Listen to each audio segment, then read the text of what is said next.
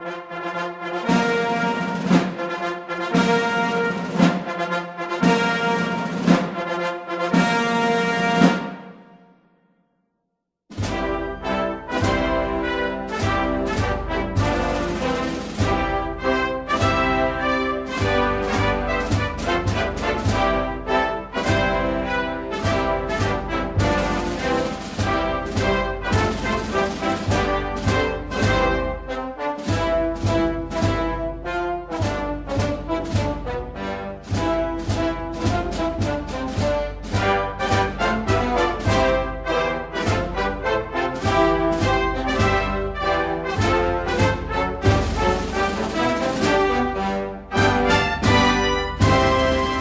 evening, ladies and gentlemen. I just want to welcome all of you to Egg Harbor Township's Alder Middle School boardroom. This is where all the fun happens for our board meetings. Welcome community members and our administration who are here, some board members that are here. It's our second session of the State of the Schools. We tried doing this last year for the first time, and it worked out really well. And this is our second presentation for this year. We're trying to make this an annual event where we can actually share information with the community and build those community relationships. At this time, I'd like to introduce Dr. Gruccio, our Superintendent of Schools. Hey. Thank you. Thank you, Ms. Naya. Welcome, everyone. Thanks for coming out this evening. This is our second show today. Just to share, this morning went very well. Had lots of community members here, business folks, representatives from higher education, Stockton University, Atlantic Cape Community College, CBS, and the banks that serve our township. So we're very, very proud to have those folks present and to share with us what the partnerships they have with our school district. And we're always looking to build partnerships with our community. So that's one of the reasons why I wanted to do this tonight, to share with you our school district. Okay, so it's very important to me that we are transparent about what we have and what we do. But before we begin, I'd like to speak about what makes a community great.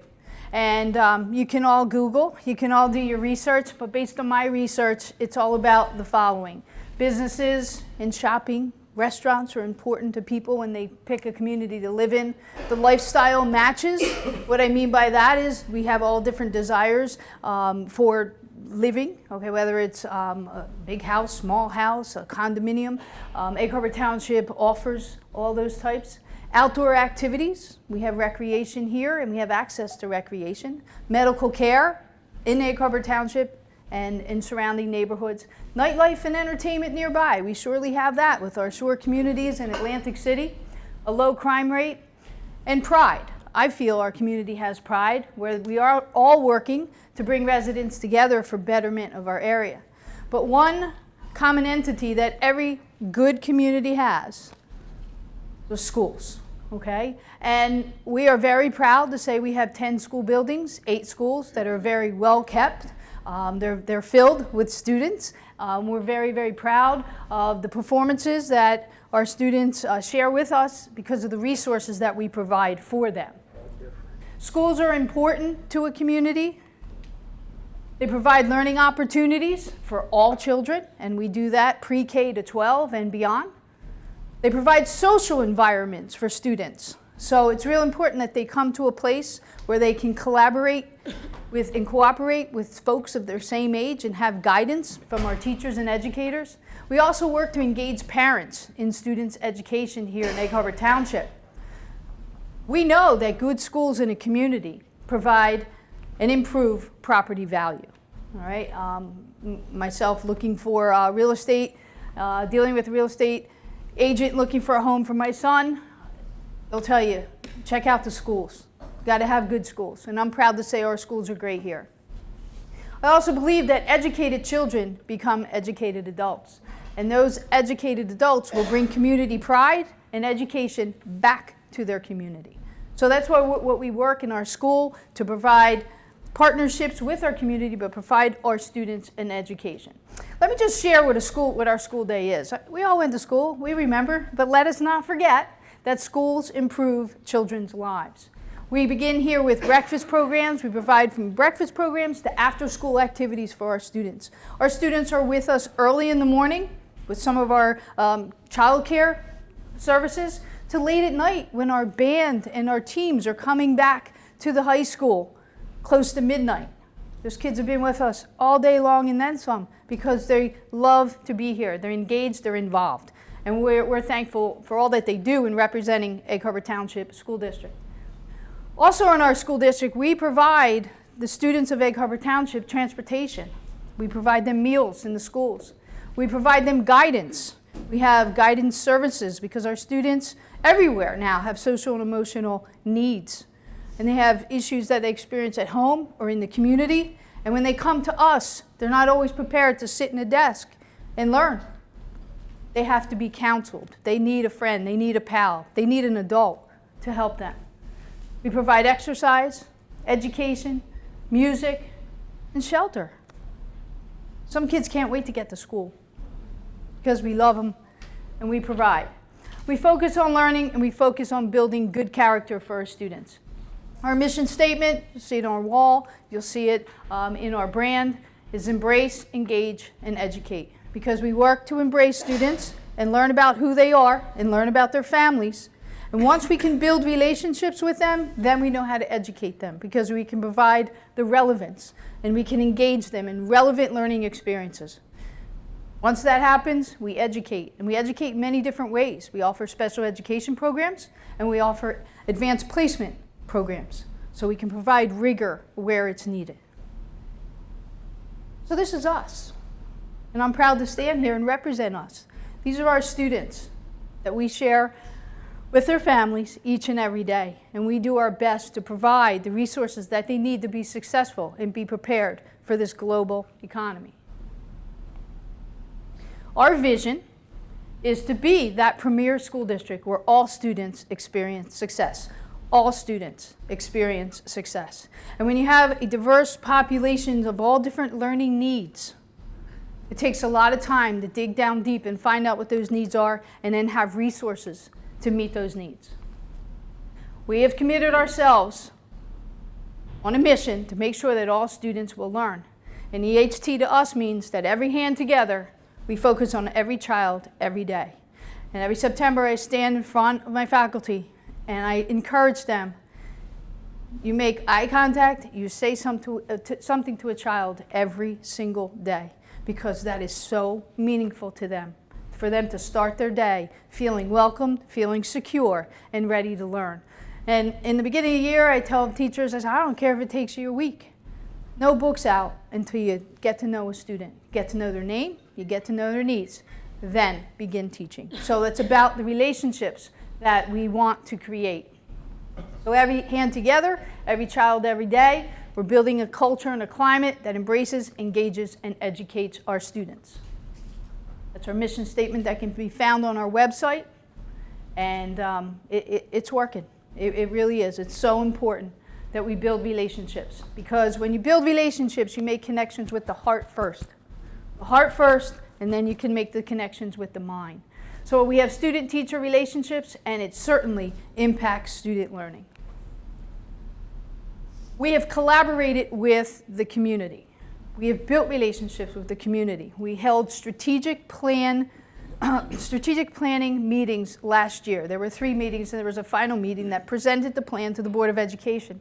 It was a collaborative effort with parents, teachers, students, community members, and it was goal-focused. And I'll share those goals. And this strategic plan provides for the needs of our community, of our students, and we are working towards meeting that plan. It's a 1 to 3 year plan, and you will see that our budget reflects the strategic plan. So a little bit about our school district. Here's our current enrollment, 7,357 students in our school district.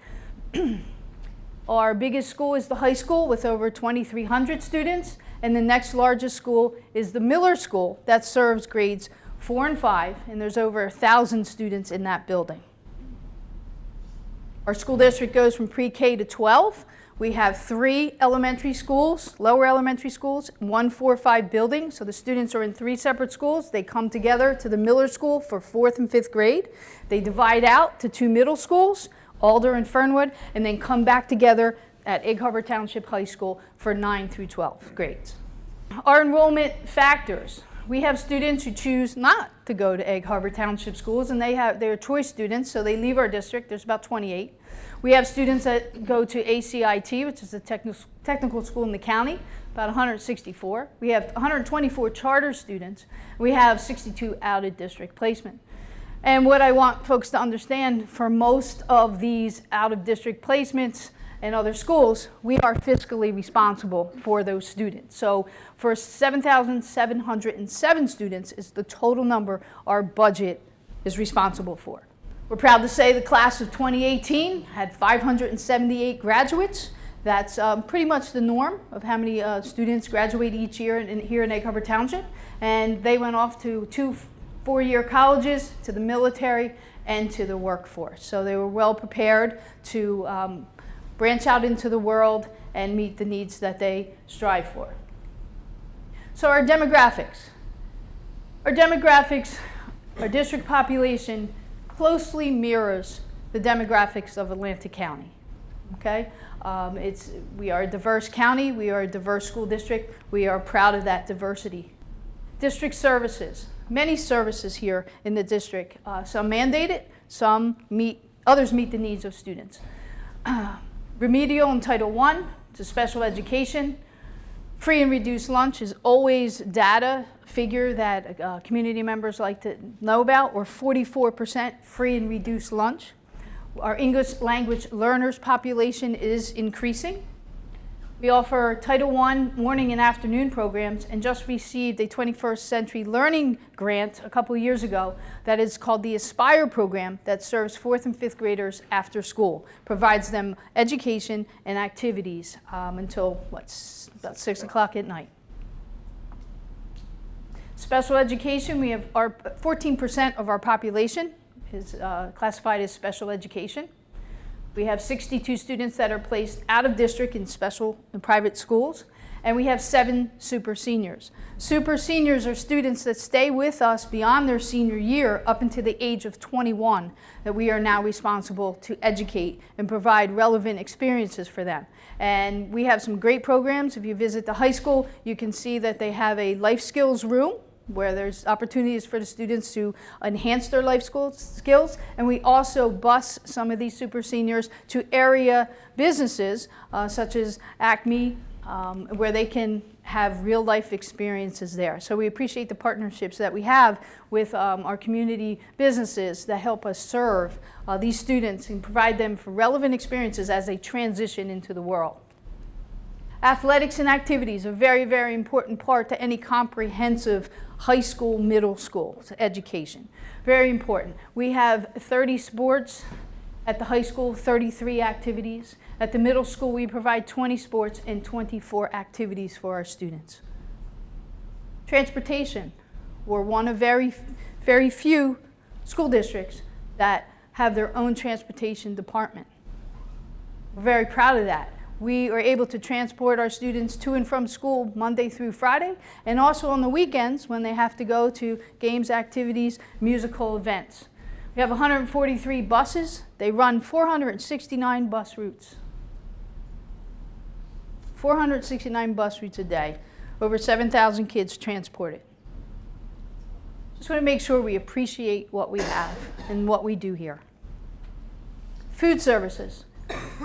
We serve food to 8 schools.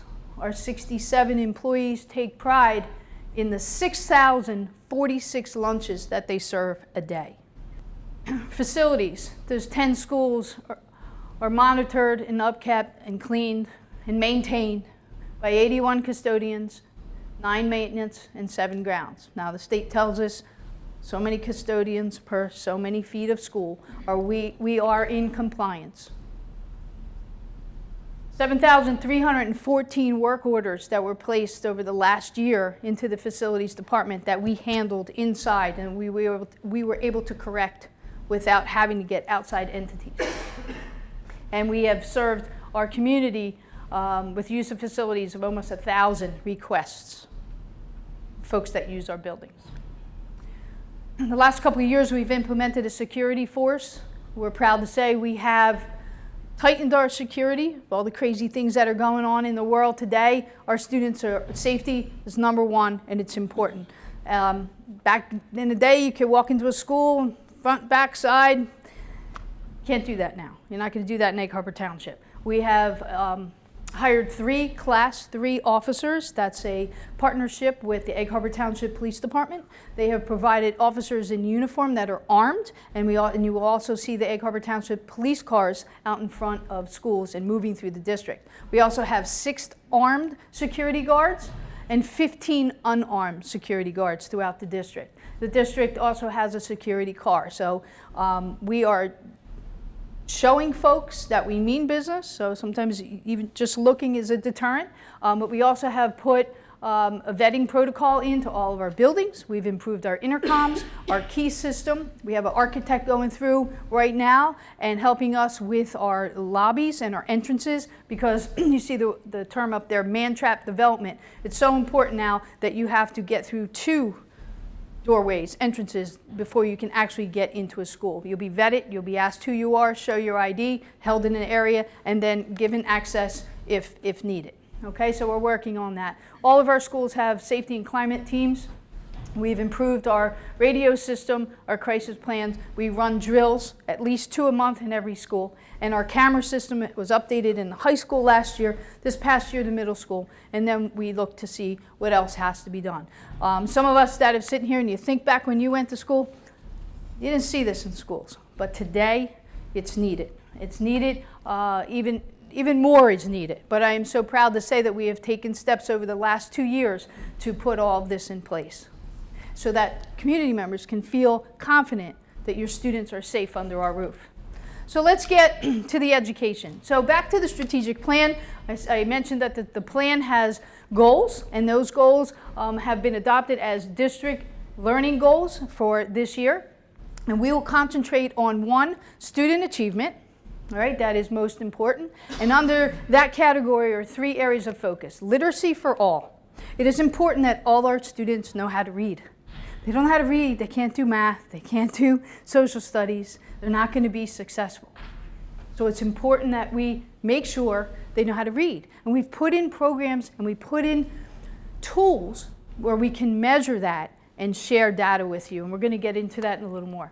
STREAM, science, technology, reading, engineering, arts, and mathematics, all combined. What we really want to get to is that when we all went to school, we went to school day, what I call silos. First period you went to English, second period you went to math, third period you went to social studies. Nothing was connected, nothing was related. But when we look at the concept of STREAM, it takes those content areas and blends them all into one.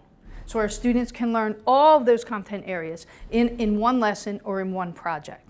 So we are working on that. Social-emotional learning. I mentioned before, our students come to us in need sometimes emotionally and socially. And it's the school's job these days to make sure we find out what those needs are and find ways to address those needs. Some kids are in crisis when they come to school and they need help. And our teachers need professional development to learn how to deal with the students of today. Okay? And climate and culture is important. We're proud to say we have a program called the Renaissance Program. It's sponsored by Jostens. Some of you might remember the rings. Like, that's a Jostens ring right there. A class ring when we were growing up. But Jostens has a Renaissance program that recognizes and rewards and celebrates the great things that happen in schools. And it could be the littlest step that a kid takes from a 65 to a 70. Or that they brought their book for the first time after 3 months. Whatever it may be, our teachers are in tune to celebrate the progress that our kids make. So they make them feel good and they make them want to come to our schools. I always say, Egg Harbor Township, our schools should sell and should feel that it's the place where everyone wants to be each and every day. And that makes a great positive climate. And hopefully you feel that when you walk in our school buildings. If you don't, make sure you let me know. Okay? Community partnerships. Another reason why we are here tonight is to form partnerships with you. So when we get to the end of the presentation, I'm hoping that you can share your ideas. Ms. Anaya has a plan for a outreach group that we can that you can take part in to let us know what your ideas are to help support us, and ideas where we can support you. So you may represent a certain entity or an organization or a community group, and if you say, you know what, I need for students to help in this area, we have them. We have lots of them, and we like to get them involved. Okay, so our commitment right now is closing the gap for all of our students. Student achievement. I had mentioned literacy for all. We are working on a workshop model, okay? We are working to have one message and one voice in the areas of the importance of literacy for all. We want our students to be able to read, and as they progress in the different ways that they learn to read with a partner, individually, with student or with teacher one-on-one assistance, we want to be able to have that message go through our district through all content areas. I mentioned social emotional learning and STEAM education.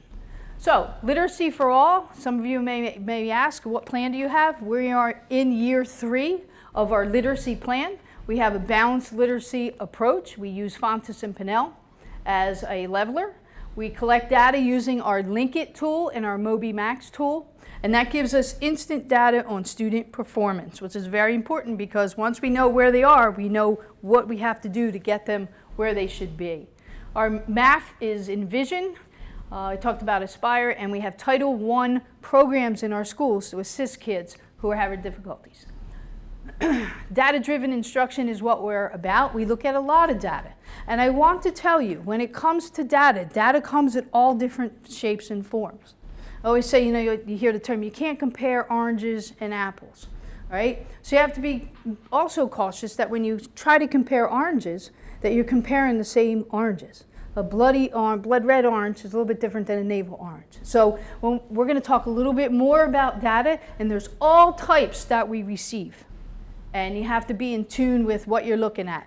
Either an elementary data, a K-8 data, the PARCC test. I will tell you, the PARCC test students take in the spring, and we get the results just about now or so. This is what we got in our student performance report. That's way late. So we do our own type of assessments so we can have instantaneous data. And Mr. Davis is going to share that with you. I'd like to introduce Mr. Davis. He is Assistant Superintendent, and he has assisted us with broadening our response to intervention program. Good evening. So thank you, Dr. Gruccio. I'm going to highlight and elaborate a little bit more about the process of what we're doing with the data. But just to highlight, we have in district right now a lot of data, resources that we are implementing and that we're pulling from. But in the same time of this presentation to the Board of Education, to the community, our state report card data came out. So I just want to make note that the state data report card is a little bit different than the data that is being presented in this document tonight. And the reason being is that that's centered around different data points. So it's very key and important to note those data points related to attendance, career education, college readiness, as well as our state assessment performance. The data points that we're going to talk about this evening are not necessarily those data points, but it's internal, what we use to help determine what we need to do day to day with that instruction. So this year we have pushed out a full plan in K-5 for response to intervention. This is a multi-tier support process that we have implemented. This is the stage 1 or phase 1 of the process. Next school year, we're going to be pushing out in secondary level 6 to 12 this entire platform so that we can actually target specific interventions for students based off of the need that they have at that moment of time. With this benchmark system, it is a universal screener process where we collect student information off of assessment data. We take that information and then we look at what kind of gaps or areas of concern that the students may have, and then we fill them in. So the easiest example I've been giving is our road. We have roadways out there. At wintertime, it snows, we plow, we create potholes. We hope that they come and we hope that they fill them in so that we don't get a flat tire. So the same thing in student learning. They're on their path on the road, they have gaps, the potholes. It's our job to fill in that pothole so that they can continue on their way to get to wherever they were traveling to, hopefully graduation. The benchmark data collection periods in the RTI model, we have a 3-time-a-year process, September, December, and March. The response to intervention model is a 3-tier model approach where we have tier 1, which is hopefully our goal to put all of our students in. And in that process, it's students at grade level working at the potential based off of the core program that we have. Tier 2, the yellow, that ultimately in a state assessment platform or state level of how they analyze information, they usually call that the bubble student. And that student has a couple issues that we can target specifically and get them back on track, hopefully much faster. Tier 3, the red part of the triangle, that is our most intensive student that we're trying to hopefully catch and resolve whatever issue they have from an academic standpoint, in hopes to prevent them having to be evaluated and move into the child study, special education world. This data chart was presented through our budgeting process to the community, and I do want to highlight because there seemed to be some confusion in the sense of us claiming or making the statement of 80%. So as you can see on this chart in ELA and mathematics, there are 80% of students in both of them approximately that are in tier 2 and 3. That does not mean that the district is failing in any way. That just means that we have students, a large population of students that have gaps. It could be one instructional gap. It could be lots of instructional gaps. It's our job as the educators to determine what those gaps are, address those gaps, fill it in so that the students can continue moving forward and receive the education they need. So this picture is a little misleading in the sense that it looks like the district is failing. However, it is not, because it's a totally different approach of how we look at data and use that daily data in the daily use of lesson planning and instruction. The F&P data chart right here, this is only highlighting grades 1 through 6. So the key point in this data presentation that we have used in the budget presentation as a whole is really only highlighting a selection of the process. It's not highlighting the entire district. So it doesn't mean that we're necessarily failing in that sense either, because it is totally different data points than the actual state report card that has been presented by the Department of Education. On this pie chart, you can see that we currently have 32% of the student population at grade level for reading. This is something that I do want to highlight because at the beginning of the school year, our pie chart was different. We had 80% of the population not at grade level reading. So at the winter time, after 3 months of instruction, of intense instruction, we have made the pie chart smaller, and now we're down to 68% of students not at grade level reading for grades 1 through 6. So the teachers and the students have been working extremely hard in a short amount of time. We're currently in our process of doing benchmark testing again right now. So at the end of this month, we'll be able to create another pie chart to kind of hopefully see the data picture change as well. Linkit is our data warehouse as well as our assessment platform tool. One of the reasons why we have moved to a process like this is because we wanted a place to be able to store all of our data in one location so that we can correlate, manipulate, and do what we needed to do to find answers to resolve issues. The other aspect of an online platform is the use of this for students to take assessments. Since the state of New Jersey have moved to an electronic platform to take the state assessment, it's very important for us to have students taking assessments like that more regularly so that they're not seeing it for the first time when they take that state assessment. The more familiar they are with that type of platform, the easier that becomes, and we remove the barrier of the platform being the reason why they can't perform well on a state assessment. This is representing grades 2 through 8th grade in both ELA and math, and currently we're at 65% and 83% of not meeting grade level standards. Teachers are using this information to really pinpoint, target, and address those individual needs. This is a highlight of the different professional development opportunities that we have invested in our teachers, what we're going to be investing next school year. It's extremely important for us to invest in our teachers so that there's a return investment into the student learning and ultimately results there. The one thing that I will highlight before returning the microphone over to Dr. Gruccio is I welcome anybody to call. I welcome you to come and visit, and I welcome you to spend a day, a morning, and afternoon on a learning tour.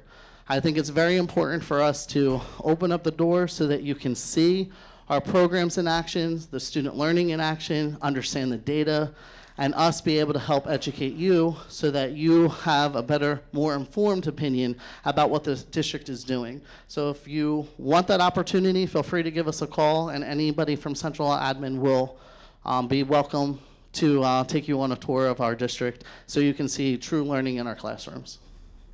Thank you, Mr. Davis. Okay, moving right along. I had mentioned STREAM education. This is another focus. I just want to highlight real quick some of the things that we're doing with our classes and lessons, but our middle school girls are in competition with STREAM. Our Fernwood Middle School teachers, there are 5 involved in a Notre Dame fellowship. They went out to Notre Dame University and learned more about STEM education, as they call it there. We're coding, we're scratching, we got Raspberry Pi, and we're web designing, and we're in hackathons and STEAM challenges and STEAM tanks, and robotics is all about our kids. Kids today have to engage them, have to provide relevant experiences. But we have work to do. We have more integration K-12. We have to expand our community partnerships, particularly with FAA, Stockton University, Atlantic Cape Community College, and our military. These entities offer opportunities in STEM education. We have just made a connection with FAA. We have a focus on aviation. As you see the bottom here, the Atlantic County has shared with us in workforce development that more workers are needed to help staff the FAA and as well as the Atlantic County or the Atlantic City Airport. All right, so we are working. Aviation does not always involve flying a plane. It also has to do with everything else that it takes to get that plane off the ground. So we have committed ourselves as a school district to prepare our students for what Atlantic County is saying is going to blossom and grow. So it's important, again, to provide relevant learning experience for our students. We're also looking to sustain our maker spaces. Maker spaces can be found in all our libraries where students have an opportunity to tinker and to create what's on their mind and what they'd like to build and see work, and they share out. Social emotional learning, we have mindfulness in our schools. We're looking and studying restorative practices because, you know, back in the day, you were wrong, you got thrown out, and they expelled you. You didn't come back. That doesn't happen today. Okay, that is not good for social emotional learning. We are finding ways to work with students so that they can learn right from wrong, get to the root of the problem, and make sure they're successful when they get back into the classroom. We have mentoring going on with teachers and students and teachers to teachers. We have our school district has student assistant counselors. We have 5 throughout the district. They do a lot of community outreach for all of our students that have issues with drug, alcohol. They come from families that are divorced, broken families. These kids come to school with issues. Professional development for our teachers, and we have used the county office as a resource to help us in this area. Work to do. Sustain our character education program to make sure that our schools are positive, have a positive climate and culture, and students want to be here each and every day. Build community partnerships and provide activities for our students, and continue our mental health first aid training. Again, supporting a healthy climate and culture is very, very important for achievement to occur. Climate and culture, we have our hashtag EHT Pride on social media. You can follow us there as we tell our story. I mentioned Jostens. We celebrate American Education Week, Teacher of the Year, good character, and we share with our community our family nights, our bonfires, our pep rallies. We have movie nights where we bring folks into our schools to celebrate and see what the great things our kids do. This is some work we need to do. We celebrate our diversity, but we really need to share out. So our Human Resources Department is working on activities for this spring where we are going to showcase all our diversity here in Egg Harbor Township. Building community pride. Tonight is an example of reaching out to the community and creating partnerships and cultivating relationships with all our stakeholders. In September, we will have our second hashtag EHT Pride Festival. It will be at the high school. I encourage you to contribute, participate. Breakfasts with our business partners, and tonight having the state of the schools and some community pride activities that we've had. National Anthem Project, our toy and food drives that our students participate in, job fairs. We have our Egg Harbor Township High School greenery, grants, and Sustainable New Jersey. But we still have work to do to expand partnerships in these areas. Look for more grants to support our students and funding opportunities. I will be out on the road meeting with more businesses, trying to engage them into the schools. We have car dealerships. We have Walmart now. They have foundations to help with education, and we have to connect with them. We're also looking to start an adult education program because our adults are important too in our community, where they may want to learn how to use a computer. They might want to learn about our reading program. They might want to know how they can help their students be successful at home. So we want to offer that program, and our kids club as well. So I just want to brag a little bit and share about the new changes that have taken place in Egg Harbor Township. We have branded. That's our new eagle, and we have, he holds a banner, and our students and our teachers and our different departments are very proud to insert, either their school or transportation, Board of Education. Everyone gets to have ownership of that brand. We have the security force. Delayed opening was a new process that we put into place. It makes 4:30 in the morning calls a little bit more difficult for me, but it's for the kids, it's for the teachers, and it went over well when we implemented this year. Paperless report cards, data tools, Mr. Davis shared, the RTI model. Our middle schools now have electives. Back in the day, high schools had electives. Middle schools have electives now because you have to provide relevant learning experience, but younger and younger now, we're told through best practices in research that we have to engage them, and students have to almost start having ideas of what they like and what they want to be at younger ages now. And our half-day professional learning days throughout the year. I will stand here and speak for the silent.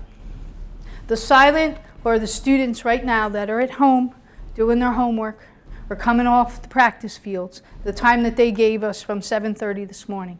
I will stand here and speak for them because they need the resources that we provide for them. They need the support to be successful. And I'll stand for the broken because over the years, the school district has been underfunded. And I want to remind folks that over the last decade or so, 10 to 12 years, that over 100 positions have been cut in this school district, eliminated. And when you cut people and positions, programs go with those people, because we don't have the people to be able to teach those courses, coach those sports, oversee those activities. Programs that we eliminated: elementary world language. Every year the supervisor asks for it to be placed in the budget. Can't afford it. Middle school ELA. Back in the day, students had literacy and language arts in 6th, 7th, and 8th grade. We had to cut that and give them English now. They're getting a good English class. That was a teacher, that was a position. We had a driver's education program. We taught kids how to drive. We saved parents money on insurance by providing that education, that experience. We had a car that they would go, it's cut, it's been cut, it's not coming back. Reductions in middle school teams. Our middle schools had 4 teams in the grade level, 4 teams of teachers. We had to cut a team in every grade level. They have 3 teams now. 2 middle schools, 3 teams. Our grade level classes in elementary, we had to cut a teacher from the grade levels, each grade level. 6th graders used to be able to participate in sports. They cannot, can't afford it.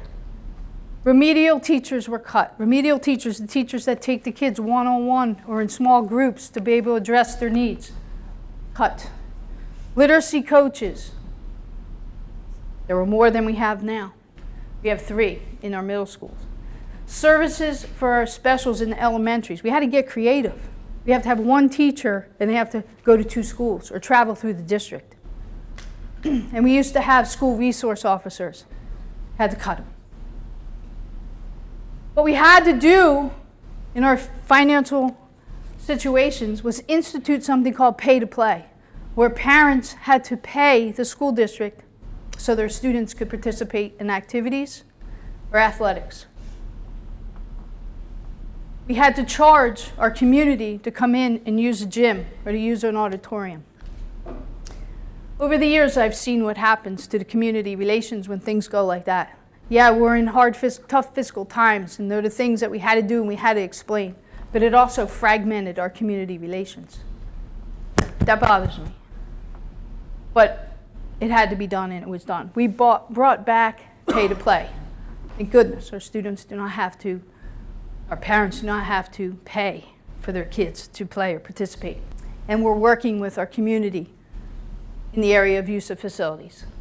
But this loss of funding was detrimental to our students.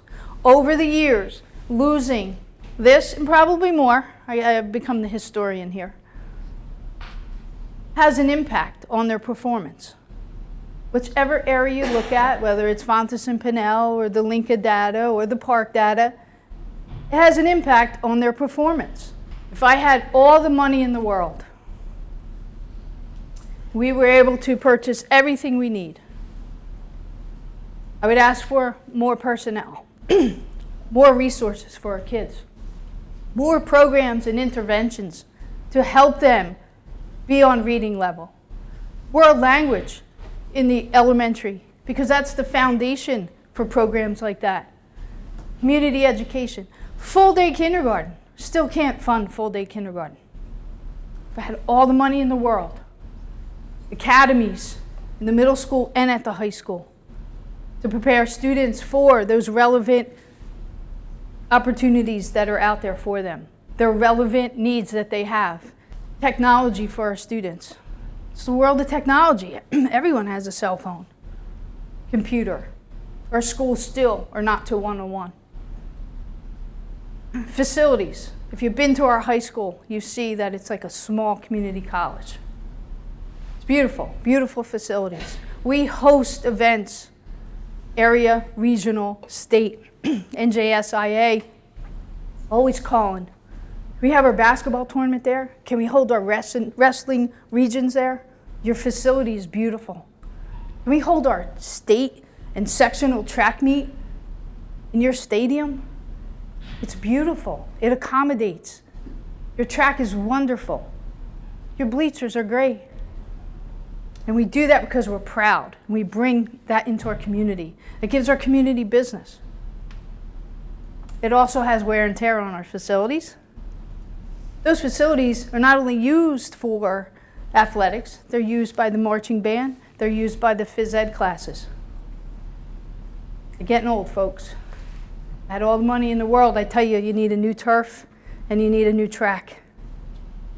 You have a drainage situation that the water's coming off the fields, it's getting under the track, it's bubbling, and it's off the foundation. And I don't know if I could put kids on there to run safely. We have plans. We have to address that drainage this spring. We have repairs that we have to make to the track.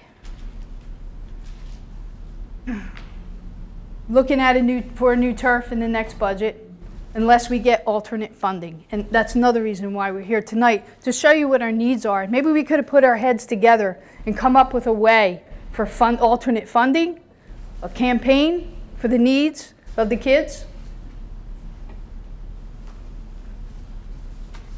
New track, and we need fields. Our community needs fields. So I've come up with an idea, and this is a conversation that I have to have with our community, but I've found ways to put more fields in our facility.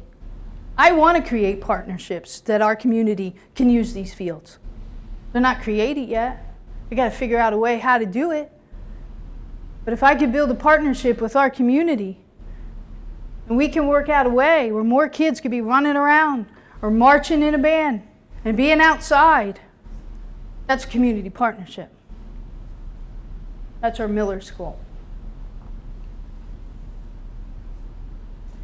Before I introduce Ms. Anaya, or reintroduce her, to share the funding situation, our fiscal situation, I do want to reiterate how important schools are in communities, because your schools produce your community members, and you want educated community members. You want community members that are proud to be EHT and that come back and serve your community.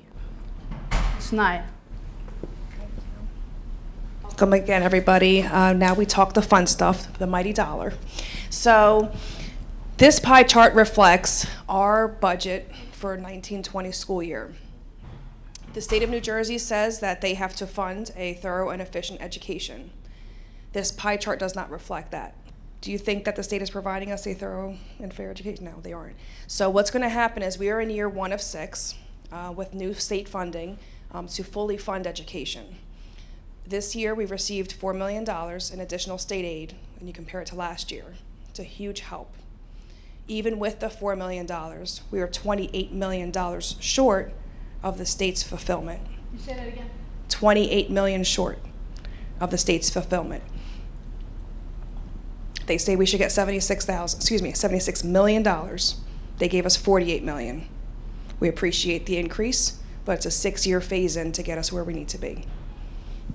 Eventually, we're going to show this little pie year after year, and that green is going to get so much bigger. And we do see down the road, 3, 4 years, 5, 6 years out, no tax increase, negative tax impact. But for now, we are in year 1. We're getting there. So where did it all go? Our budget proposal for 1920 is $133 million. Any organization, not just in schools, any large organization, most of it is your human resources to get the job done, to make that profit, to build that business. Same holds true for Egg Harbor Township. Salary and benefits, that's the big blue section. Tuition, we're going to be starting an initiative this coming spring. It's going to be called student retention. Why are the kids going to charter? Why are the kids going to ACIT? We have phenomenal programs here. We're going to see if we can retain them with the programs that we have, and hopefully every year with that increased state aid, be able to offer more programs to keep them in district. Yeah, besides that, we pay for that. We pay, correct. So We pay. we collect the tax levy, we collect the state aid, and then we pay charter tuition, charter schools tuition, and we pay Atlantic County Institute of Technology tuition for our kids to attend. The Egg Harbor Township resident students who choose to go elsewhere. That's $7 million. It's a big number. Transportation. Dr. Gruccio talked about the wheels on the bus go round and round, right? Every day. Every day. The state does not fully fund us for transportation. They believe if you live within 2 miles, walk, get a ride. They don't come to Egg Harbor Township to see you don't want to walk down Ocean Heights to get to Swift Drive. It's a bad idea. So we do 100% transportation here in Egg Harbor Township. Facilities. Dr. Gruccio spoke about our beautiful buildings. Problem is that $5 million doesn't go very far. We are very reactionary with our buildings. I had a presentation about a month ago when I gave the board some information on our buildings are old. Our youngest building is over 10, 15 years old. Things fall apart. We react. Something happens, we fix it. We'd like to be proactive. We'd like to think ahead. And we know, we're very aware. Over $50 million has been identified in the next 5 years that needs work. We just don't have the money to fix it or do it, prepare for it. And the other, that's everything else to run this district efficiently. What does that mean to you, the taxpayers? $133 million for all the programs that we have here in Egg Harbor Township. That translates to a 6-cent increase going into your your 2019 calendar year, when your bill comes. 6 cents. Sounds like a lot. I appreciate that it is a lot. What does that mean for an average home? $200,000 home in Egg Harbor Township. It's $118 a year for your children, for your grandchildren, for your neighbors' kids. $118 a year. Community education. We wanted to share this with our community since this specifically has an impact on you. We are looking to expand our Kids Club program and our adult education program. Right now, it's tried for the past few years to have a revival in our adult education. We've met with some of the people in this room to try to get it going. We realized it's been under the same house. Kids Club is our before and after school program. Adult education, it's been under the same house. We had an aha moment and said we should separate the two and it'd probably be more successful. That way, there's a focus on the community education in the evenings for parents, local residents, whether it's learning how to read, ESL, Computers 101. That's a separate focus than our before and after school. The before and after school will be more aligned with what we're doing with Aspire, since it's been so successful. So really separating the two is going to help us going into next year. This is a separate pot of money, has nothing to do with taxpayers, but with all the local professionals, we're going to have some community outreach. What can you do to help us bring the, I'll have many banks in here. Finance 101, some parents can't even balance a checkbook. They don't understand how they can pay off credit cards. They don't understand the fundamentals, so that's going to be very helpful. So there's a funding committee. Our Board of Education had a retreat in January, and out of that retreat, our board president, Mr. Della Barca, had assigned 4 board members to become an ad hoc funding committee. Now, it's in the heat of the budget season, so we couldn't kick it off yet, but in the next month or so, we're going to be kicking off the ad hoc funding committee. It's 4 board members and myself as the administrative liaison, and I'm going to be recruiting community members specifically to meet. This is from our strategic plan. I'm not going to read it to you, but this is the priority and the initiatives we're going to be focusing on in that group. Alternative revenue source funding. We have the Ed Foundation. We have community partnership. Us as a district have to create the ideas from the community and get help from the community to help raise those funds and expand on what's already being done. I have vision. I have a lot of great ideas that's going to create a lot of money because I have a business background. We just have to make this happen. So when we get done, I think this is pretty much the last slide. We do want to be able to chit-chat a little bit with you guys. If you are interested, please see myself. Jamie, if you can raise your hand. She's my assistant. Allison behind her is our accounting manager. And Ellen, who worked it all out for us, is in the back as well. If you can see any of us, we definitely want to make sure, even if it's just an idea you have. I don't want to take up too much of your time. You may not be able to volunteer or implement anything, but you all have ideas to make this community connections Dr. Gruccio spoke about. And I just want to thank everybody. Hashtag EHT. Okay, yes, so that pretty much concludes our presentation. Academically, community-wise, fiscally, and now it's time to collaborate, and there's some folks I'd like to hear about. But before we get to that point, there's some very important people in the room who have taken their time and their efforts to put their sign out there and say, I want to serve this community as a volunteer, to speak for the silent and stand for the broken. And those folks that sit up here, we're fortunate this morning to have 3 of our Board of Education members that have an interest and have pride in this community. And I'll begin with our board president, Mr. Lou Della Barca, who's not only a principal and a teacher in our school district. He is the board president, and I know he has a few words, but before we have Ms. Marita Sullivan, who's a board member, and Ms. Barbara Salagi. All right, and I thank you for being here, and I thank you for your support. It is a difficult job as you represent the community and the school district at the same time. So, Mr. Della Barca. Thank you, Dr. Gruccio. Excuse me, I've been losing my voice today. Good morning, everybody. Glad to see all of you here. I just want to offer my welcome to all of you. Happy to have you with us. What I'm looking forward to is your input, your collaboration, the developing of the relationship with the community that we all need. As all of us, our team on the board, we're working together very hard with administration to make sure all this great stuff continues in our town and to build on it and expand to even make it better. I extremely appreciate Dr. Gruccio and her team for all the hard work they've been doing in preparing for today and tonight and for our future.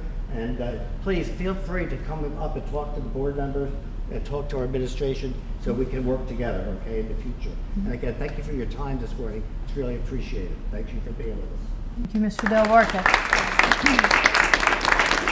So a few introductions, and after the introductions, we're going to go around. If there's anyone that'd like to speak and share about the program or an idea that you have or an area that you're affiliated with, we'd appreciate that. But before I do that, I'd like to introduce some of our board members. Mrs. Barbara Salagi is here with us this evening. Mr. Michael Price. Ms. Christy Bird. Oh, Mr. Ellis. And Mr. Pete Castellano. And I saved him for last because I'm going to ask him to share some of the entities related to the state that you've been involved in and something that you have advocated for our school district. So why don't you share your most recent meetings that you attended and the information that you found out? Well, thank you, Dr. Gruccio, very much. And I just want to give a very quick overview of the funding situation. Why are we in the situation that we are with state funding? Egg Harbor Township, all of our buildable land is located within Pinelands Regional Growth. That means we have been forced over many years to accept unlimited single-family growth. So during the time when the area was booming, during the mid to late 2000s, our township grew very, very rapidly. We increased from a population of 30,000 to 40,000. Our school population, as you saw, went from 6,000 to approximately 8,000 and is still hovering close to that 8,000 number. Now, but during that time period, we had two problems. The first of which was that the funding formulas contained growth caps within them that did not allow the aid to grow commensurate with the growth in the number of students. The second problem that we had at the same time was that for the majority of those years, funding was kept either flat or very close to flat, meaning that our legislatures and governors through the years simply said, regardless of what the laws call for, you're going to get the same amount of state aid that you got last year, and meanwhile we were a town that was growing a whole lot. And so we basically are still sitting here with just about 2,000 students that we've never received funding for. We've been lobbying very, very hard over the years to try to turn that around. And as Chandra laid out, with the passage of new legislation this past summer, a year ago, commonly known as S2, we are starting to finally see that state aid situation begin to turn around. We were one of the many districts that were heavily involved lobbying for this change, working with Senate President Sweeney. We've been testifying for many years in Trenton to the legislature, meeting with governors, commissioners of education, legislators individually, and so we're very proud to be one of the districts that helped bring this change about. And so what S2 promises to do for us, you know, as Chandra highlighted, is over a 6 school year period of time. It's actually 7 calendar years starting in 2019, ending up in 2025, that will be up to full formula funding, which puts us back up to that, would put us up to that $28 million that we're short right now, and that number constantly changes. That number grew from just this past year from 23 million to 28 million because the situation on the ground in EHT changed just in that period of time. Income and property values dropped, and so as the formula was run, it was recognized that we had a greater need. And so I just want folks to know, I don't want to take up much time, that our team here from the district has been consistently and aggressively lobbying to get us back to full funding, and we will continue to do so. Just recently, we met with all 3 of our local legislators. We've been communicating with the governor's office, the Senate President's office, to make sure we, in fact, receive all that we're entitled to under this new legislation, S2, and that it continues on into the out years. So with that, thank you all for coming out, and we do have, as Mr. Delabarca said, we have our work cut out for us, and we intend to keep working very hard for you. Thank you. Thanks so much, Pete. Thanks for sharing.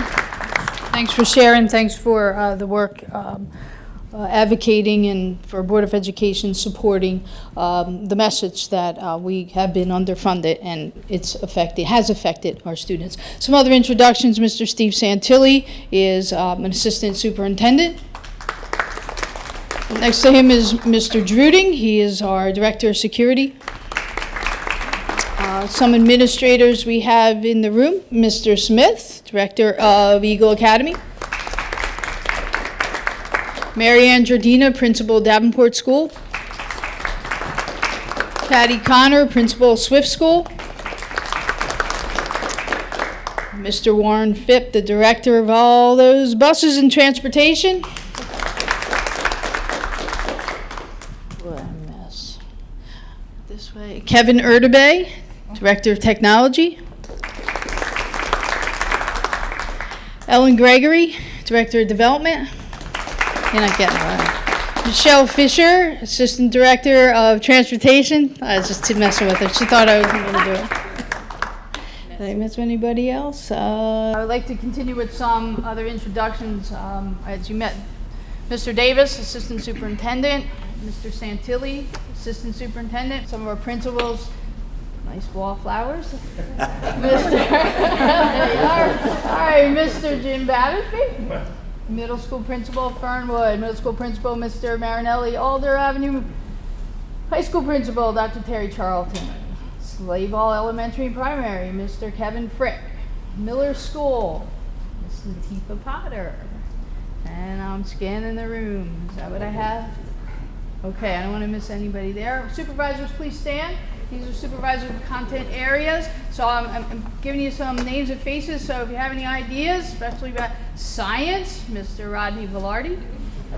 Mathematics, Mr. Greg Ryan.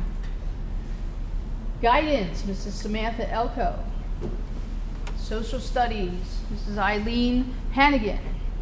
World language, Dr. Michelle Schreiner. And English language arts, ELA, Ms. Lily Moss. So I thank you for being here and supporting and creating initiatives that we have. We also have community folks, and especially from our foundations, community partnerships, and Ellen is involved. And Donna Vassallo. Donna's going to speak to us about higher ed. We have our Education Foundation, Mr. and Mrs. Brian and Fran Murphy. Fran and Brian Murphy. Brian is a former board member who has served many, many years here supporting the school district, so we appreciate your attendance today. And we have Chief Davis from Egg Harbor Township Police Department and Officer Hughes. I appreciate that you're here today. Yes? Pat Otegi from Shore Medical Center. Thank you for being here. And I know I didn't get everybody, but that's for you to now introduce yourselves and share with us some ideas and connections. And then I would like people to even get up and move to different places to have those conversations of interest. I'm going to begin with Donna because I hit you when you walked in. I said, you know what, I want you to share the great things you're doing and your ideas that you have. Sure. Good morning, everyone. I'm Donna Vassallo. I am the Dean of Atlantic Cape Community College's Worthington Atlantic City campus. Atlantic Cape is our community college. We service, as many of you know, 2 counties, Atlantic and Cape May County. So we have 3 campuses, Mays Landing, Atlantic City, and Cape May County. And I'm the Dean of the Atlantic City campus, but I'm also the Dean of Career Education and Workforce Development. And very excited to share with you some of the initiatives that we've been working on with Egg Harbor Township. I do want to share before that my thanks to Dr. Gruccio and your team, because as an EHT resident, I really appreciate the transparency of this presentation. Thank you. Because it's important for EHT residents to recognize and understand exactly what's happening within our community. So I appreciate the transparency, but I'm also a proud EHT parent of someone who went through the school system, so I certainly recognize all of the hard work of everyone within this district. But I want to share with you my thanks to Dr. Gruccio, Dr. Carlton, and now, of course, I'm working very closely with Mrs. Elko on one of the initiatives that I approached your school officials with last year. At Atlantic Cape Community College, part of my career ed hat is my responsibility as the liaison for high schools. So I'm the high school initiatives person at our college. And I was putting together what we know as a College Readiness Now grant, CRN, and it's in its 5th year. And last summer, I started to look at how I can collaborate with high schools on this initiative, and I approached Egg Harbor Township High School and was willingly, I didn't have to push hard to say, would you be interested in working with Atlantic Cape on this grant? And everyone very quickly and willingly said yes. Let me share with you very briefly what this grant entails. Dr. Gruccio shared in goal number 1 the importance of STREAM education, as we certainly look at the Englishes and the maths.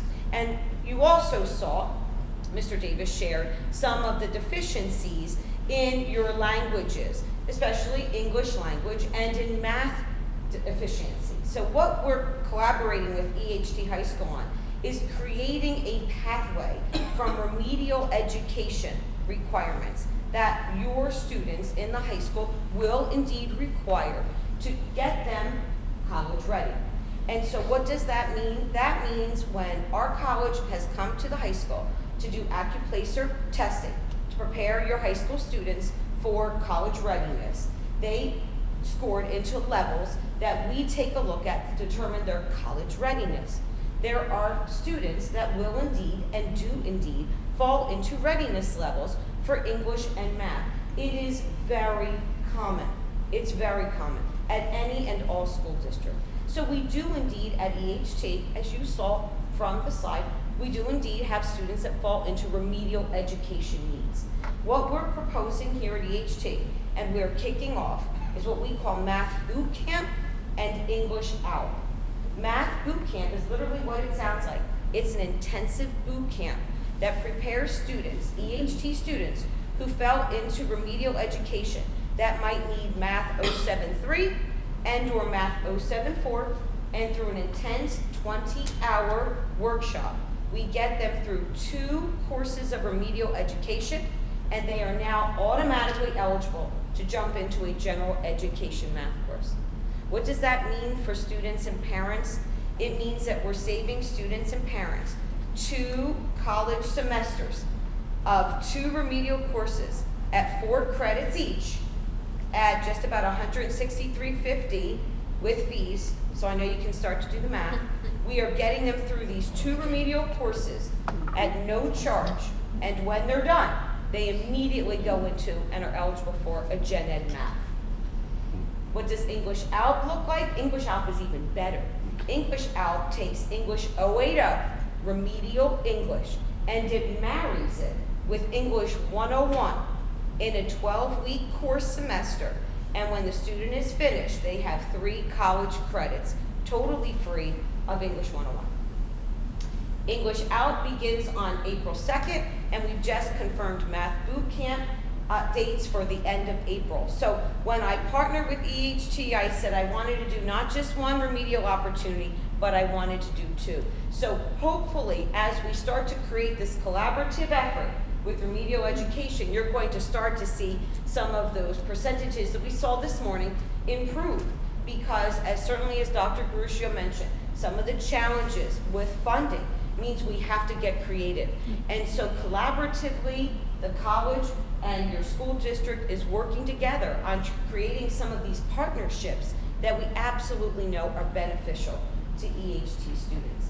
In addition, Dr. Charlton and Dr. Graham, who's not here this morning, have been working very closely with me on increasing dual credit opportunities at Atlantic Cape.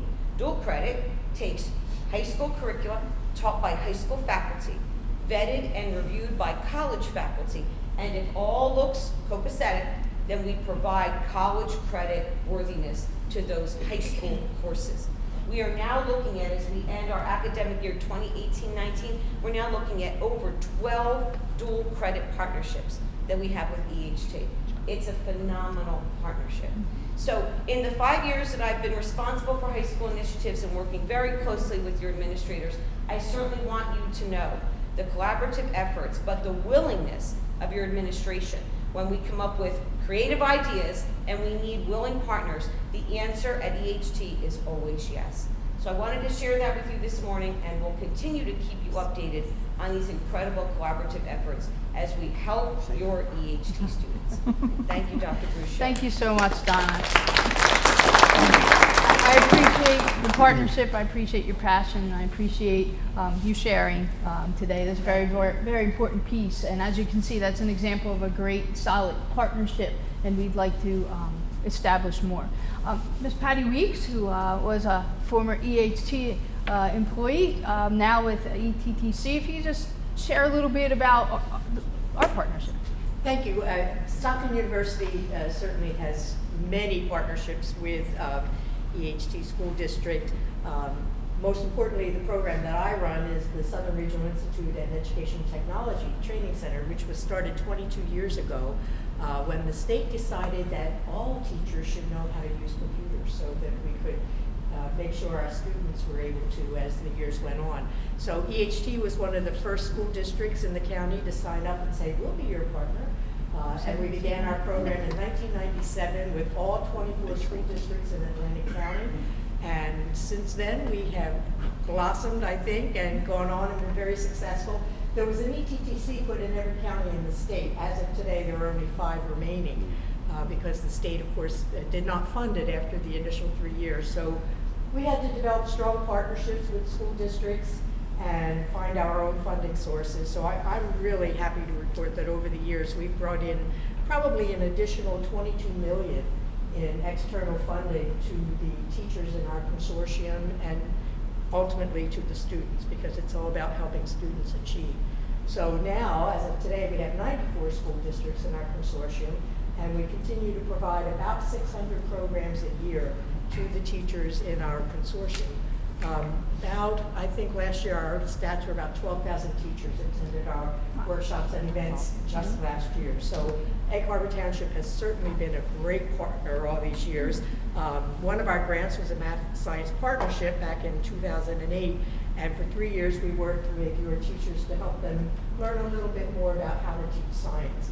So I have another 2 grants actually that I'm going to be presenting in the next day or two to Dr. Gruccio, so I hope we're able to provide some more support to the students here in Egg Harbor Township. But certainly anything at all that Stockton can do, we are there to be your partners.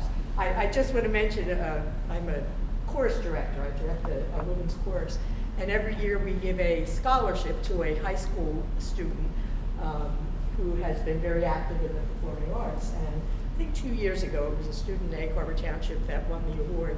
So I came to present it, and there was this wonderful film where they showed all the students that were being honored that night and the colleges they were going to attend.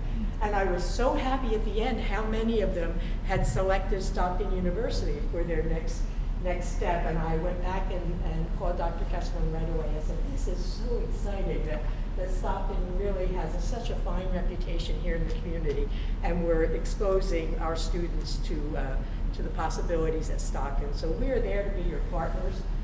Please come to us with any ideas you have that we can help to support students and the teachers here in this community.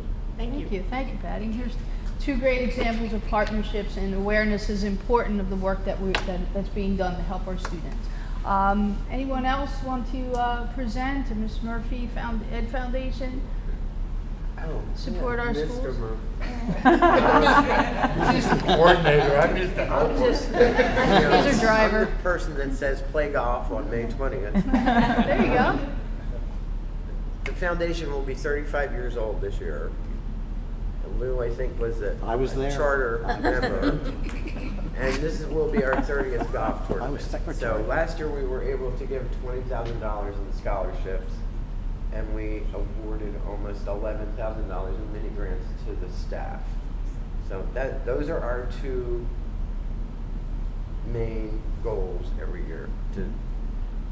It was established to do scholarships, the foundation, and then it grew into mini grants.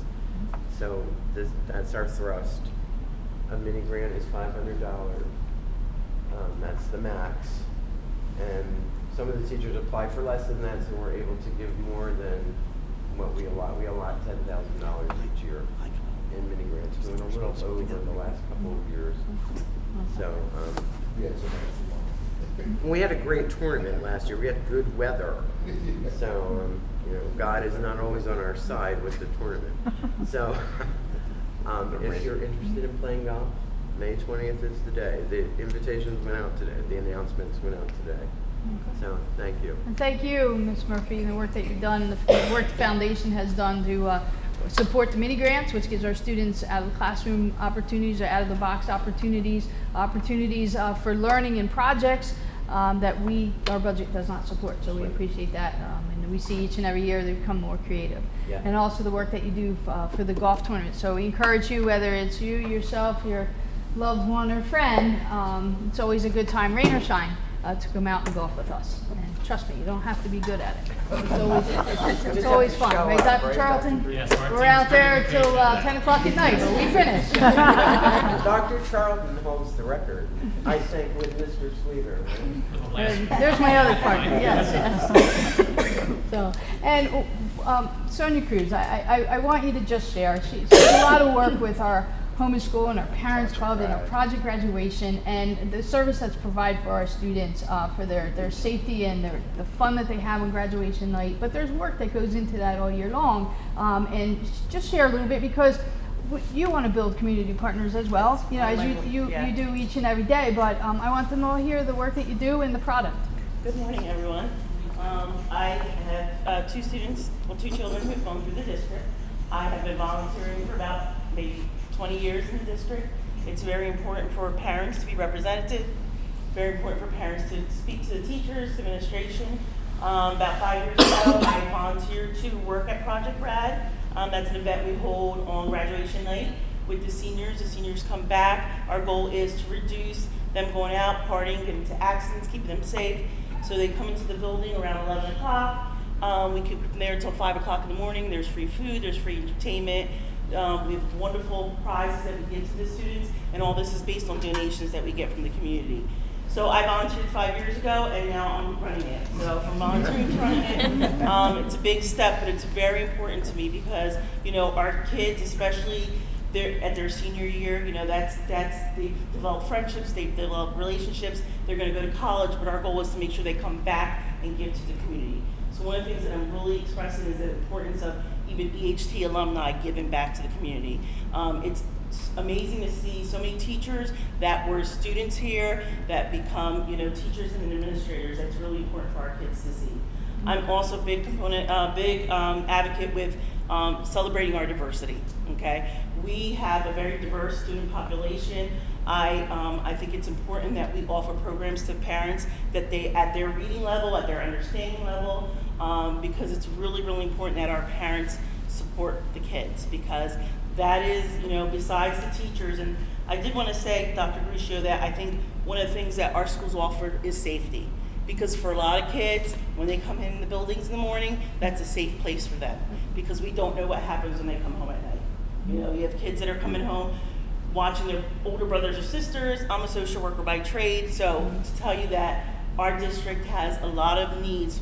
Social, emotional learning is very important. I know I'm jumping because I want to put my fingers in everything. I've worked for the college. I was part of that, you know, incentive to bring college programs into the local school districts, because again, college is an opportunity for everyone, and we have to teach our kids that. And us as the adults, as the community members, as the administrators, we are what our children need to kind of depend on and learn from. So thank you. I didn't expect you to pull me out like that, but I'm here. Impromptu speaker. Yeah, thank you very much. But you see, it's with passion, right? Yeah. It's your passion, so I appreciate that. Chief Davis, you like to introduce your staff, and I know I have to speak loud. He's suffering some allergies today, but Thank you for. you're welcome. My head's clogged up horribly, so if I'm speaking too loud, no, I don't know. But we're committed to helping you guys out here as much as we possibly can with the security initiatives that are taking place at the school. You know, that is the sign of the times here. We're very cognizant of that. We want to be able to provide a safe learning environment. The school's committed to that. We're working partnership. And, you know, it's back and forth, and we'll figure it out, and we'll continue on to improve. Thank you. Appreciate you being here today. It shows that partnership that we have and that care that we have for each other. All right, so is there anyone else, any of our guests today who would also like to, Ms. Anaya? I would like Ellen to speak about the community partnership because it's a different initiative than the Foundation. Sorry, Ellen. I know she's shy, so I was trying to, but you got called out. Message out there if you don't want to. Well, the community partnership has raised about $465,000 since 2005, and everything we raise, we give back every year. And we fund instructional technology, capital projects, extracurricular activities. Sorry, I'm almost on here, so I'm forgetting. Playgrounds. Pardon me? Playgrounds. Of course, yeah, playgrounds, yeah, we've done a lot of different projects, and, you know, we're mostly made up of the business community, so if anybody would like to join our community partnership, we're currently accepting new members, so if anybody wants to join, let me know, we'd love to have you. Okay. Anyone else want to share? Because then we're going to break down into collaborative groups, and go ahead. Can I do this without making a sales presentation? Ocean First Bank, we're the benefactors of educators. You guys do what you do every day, and you do it for the students to get out into the real world, the business world, to make a difference. They can support themselves, their families, but give back. And the one thing that we do with Ocean First is we developed our foundation several years ago, and what is our major push? It's education. And I think maybe you know, we've been giving Stockton $50,000, and Rowan, Cumberland County College, ACCC $50,000. Because once they get out of here and they have to go to college, we want to try to give back that way, because $1,000 and $2,500 goes a long way. The other thing we did last year too was we also put in the Model Classroom Grant. I don't know if you guys participated in that or not. Did? Okay, and some of you went to that dinner where we had actually 144 applications for $10,000 grants. And I can tell you, watching some of the school teachers put together these proposals as to what they would do with $10,000 for the classroom was phenomenal. And it really, really was. So I can tell you that, you know, as a business person in the community, I'm from Cumberland County, born and raised, but spent a lot of time down here throughout. But just for us, watching students come into our businesses and what they know and what they're ready to contribute to us, and see how much they're actually teaching us. Believe it or not, this is my 40th year in banking. I did not start when I was 14, when I was 18. But we are learning so much as bankers and businessmen from the students that you're putting out and producing for us. So for us to even to give back to education without dabbling in what you do is something that we take pride in. And we want to thank you for all you do to give us a workforce that we need. Thank you. We were having a discussion prior to us getting started, and Ed had shared that it's important that the students or the workers that we send out into the community are those that can build relationships, that can communicate, that can stand and speak with passion. And they're the soft skills that we try to teach our kids. You know, there's reading, writing, arithmetic, but that good character, having confidence in yourself to be able to start a conversation, create a relationship, and network is so important. So, you know, a lot of our kids hide behind the phones and the computers, and they lose that skill. So we as educators are enforcing that face-to-face opportunity with kids to build relationships so that they're prepared for society. Anyone else like to share? Yes. Hello, my name is Kevin and this is John. We both work with the local Boy Scouts of America Council. So, you know, we're happy to engage with the community, and we have a lot of positive programs here local in the township. There's a Boy Scout troop and Cub Scout pack that are chartered by the local police PBA, as well as the Egg Harbor Township Police has a career exploring program, which is for high school age students to kind of learn about a specific career field. We also have an environmental science exploring post at the Atlantic County Utilities Authority, as well as programs at Atlantic Care and Shore Medical Center for medical careers.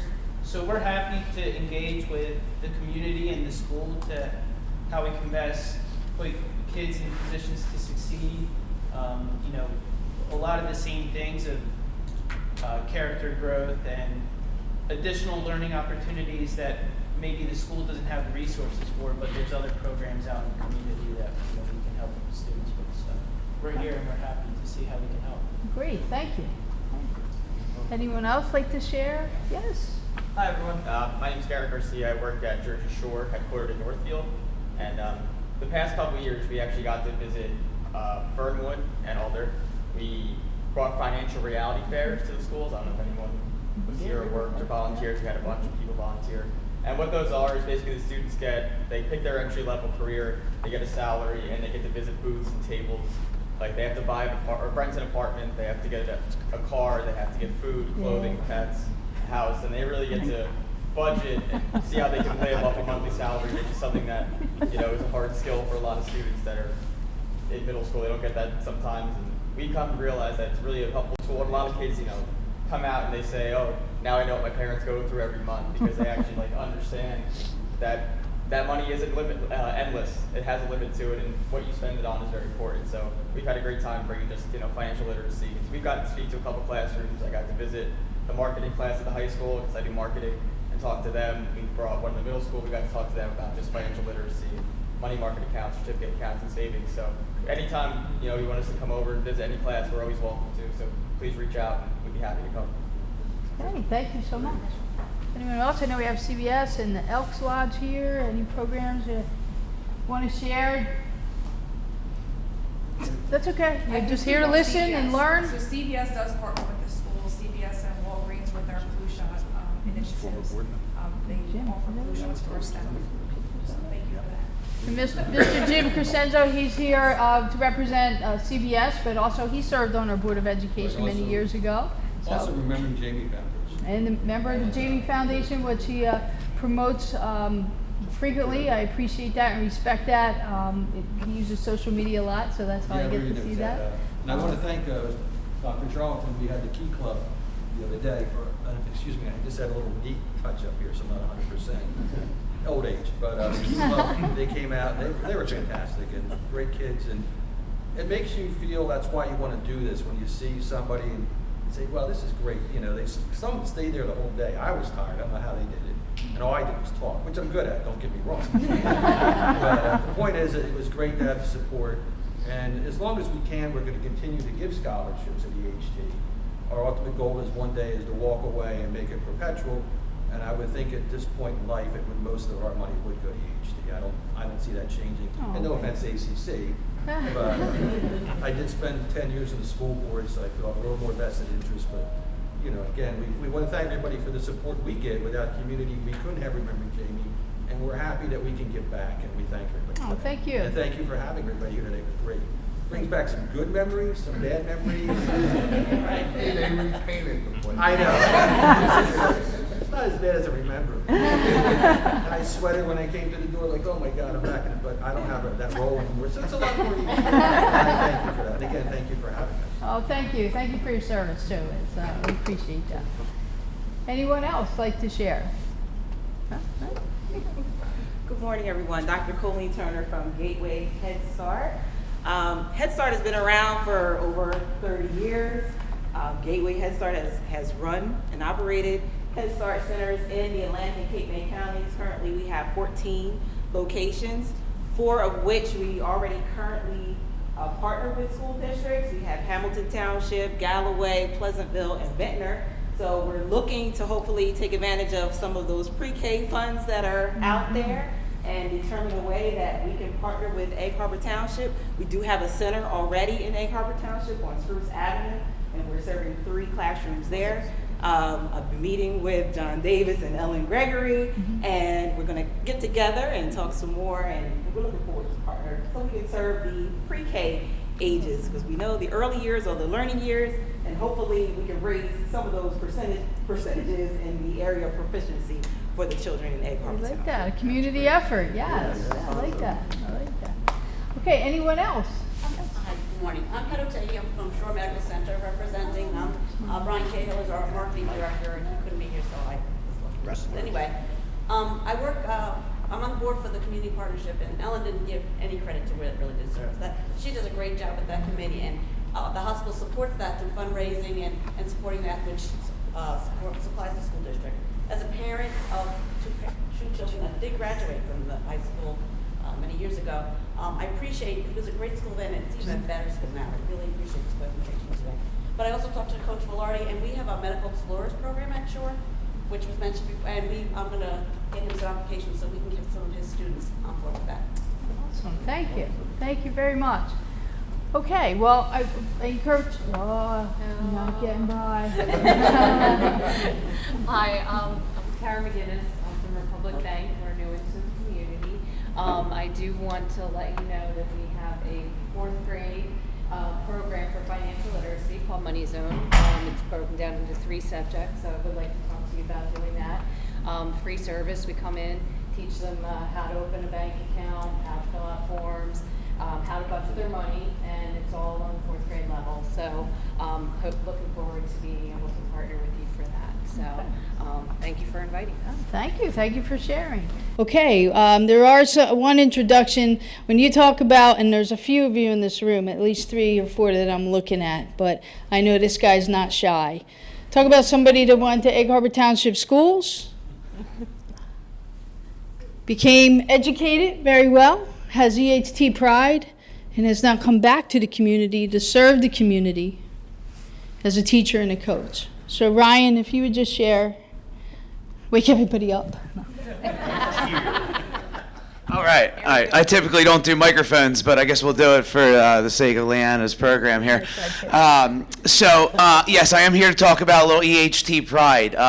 Luckily, my mother was an educator in the school district in the elementary level for 33 years, so I kind of was pushed into it and embraced it very well as a 2002 graduate of this high school, of our high school. And I knew at some point during my high school career that I would come back as a health and physical educator and coach our sports teams, and luckily I was able to do that. So that EHT pride of supporting this school district from the ground up is something that is in my heart, in my soul, but now I'm also on another side as a taxpayer, and it is something that I'm going through right now, and this what's happening up there is awesome. So I think one thing that would create more of a success in our school district would just be you all here communicating positively with the people in this community. But the biggest thing is getting that EHT pride message to the people who are complaining on Facebook, or to the people at the sports fields or in the neighborhoods that are just being negative. And that awesomeness is me seeing the pride that is in our town and is in our school district, and just seeing that every day. I have the opportunity to teach over 100 kids that come in and want to exercise in my strength and conditioning classes. I have the opportunity to coach 120 boys as a part of our track team, and it's just awesome to see those kids get the opportunities that we're providing here. And we just, to be a little negative, my EHT pride has been down a couple of times, but it is so strong that I just keep on rocking and rolling for the betterment of the kid who's coming across me or coming in any of these schools. And so if it's something that I could say to everyone here is, we are awesome. We're striving to get more awesome, but we need just every single part of the community, and that those people are anyone who's living here and paying taxes, from people who are in the school district to people who are not. And that's just something that I'd like to say. That you're feeling. Yeah. That you're feeling right now. So there you go. Some other EHT alumni. We have Kevin Stetzer, our football coach. You don't have to talk. And Andrew Parker, who is a graduate and serving our community on town council. If I miss anybody, alumni, I'm not that old, so I apologize. We also have former board member, Ms. Terry Alabarda. Thank you for coming this evening. That's right. Right. All right. EHT pride. Oh, yeah. We have who? No, I know. Also, former board member, Ms. Amber Umflett. There's Mr. Ellis. He did join us. He's a board member. Okay. and two very special people who have supported our school district and whose students or children have attended our schools. Mr. Bill Elliott, Miss Muriel Elliott, if you'd like to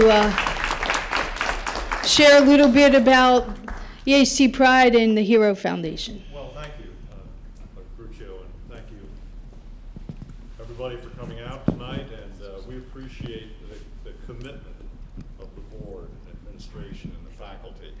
Okay, this is being recorded. Now I got to watch what I say. I'm not going to give the kind of speech that Ryan gave, but I just want to let you know that we're all in. We're committed to Egg Harbor Township. We've lived here our entire lives, at least our adult lives. And my wife Muriel is a retired educator. Our daughter Jenny is continuing the tradition. And our two granddaughters are having a great time at Swift School. And Nora is well, I will get to that. But our youngest in kindergarten, Nora, is reading like crazy and loves to compete to be the best in her class in reading. And Anna is now engaged with Libby, her girlfriend Libby Chait, for the science fair. And they're really looking forward to winning their grade level in the science fair. So that shows you what it means, as Dr. Gruccio was saying, in the lives of students, you know, wanting to be here, wanting to go to school every day. And I think one advantage we have in being retired is that we get to take our granddaughters to school quite often, and we kind of take it as a treat. We drive them to school. Not everybody does this. We spoil them a little bit. But they have this new program at Swift called the Curbside Drop-Off. And you ride up, and they always have wonderful, positive music in the morning, like Happy, you know, Pharrell Williams, Happy, or some wonderful, it gets you in the right mood. And we roll up, and there is Patty Connors and the faculty, her fellow faculty members, open the door, and the girls walk out. And I think this is like going to a premiere at a movie, or, I mean, these kids really are feeling welcomed at the morning, so we thank you. It's a small thing, but it's kind of fun.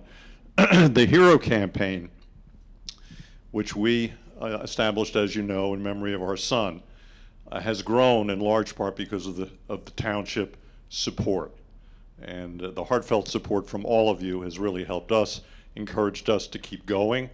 And it's now in 6 states. We just were in Trenton today, where there's pending legislation. And Senator Sweeney was mentioned. He is also in our corner. So we have grown, and the Hero Campaign's goal to make sure that people know that not driving drunk is a function of character. It's a function of doing the right thing.